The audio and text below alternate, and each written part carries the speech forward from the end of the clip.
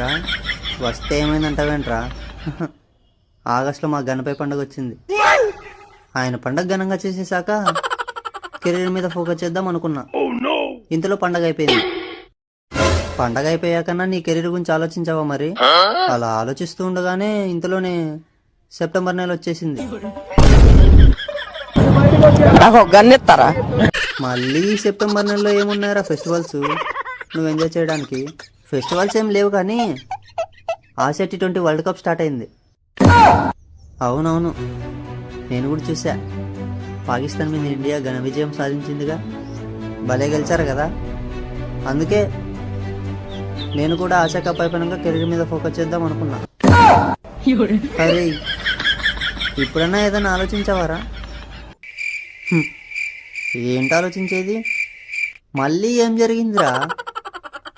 ఇంతలోనే మళ్ళీ big boss start అయింది.